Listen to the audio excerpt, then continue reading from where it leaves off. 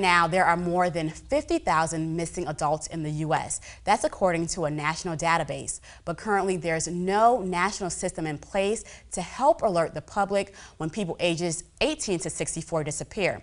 Members of Congress hope that the Ashanti Alert Act will change that. It's named after 19-year-old Ashanti Billy, who disappeared last year on her way to work in Virginia and was later found murdered in North Carolina. Our Washington correspondent Bree Jackson has the details.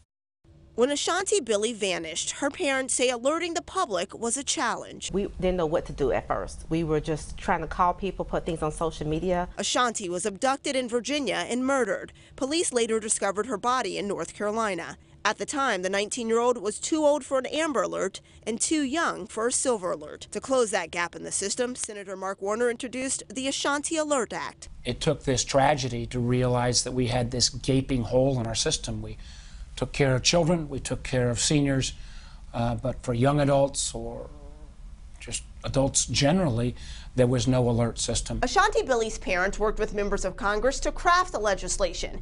If passed, it would help make sure that police could notify the public quickly if a person ages 18 to 65 is in danger. While Congress remains divided on other issues, Warner believes there's enough bipartisan support for this legislation to pass by the end of this year. Supporters see it as a way to not only help locate missing adults, but to honor Ashanti's life. And while this will never replace the loss that the Billy family has had to go through in some small way, by having this new system named after Ashanti, her memory will be preserved. Her legacy will live on. She'll continue to help others, hopefully bring them home safely.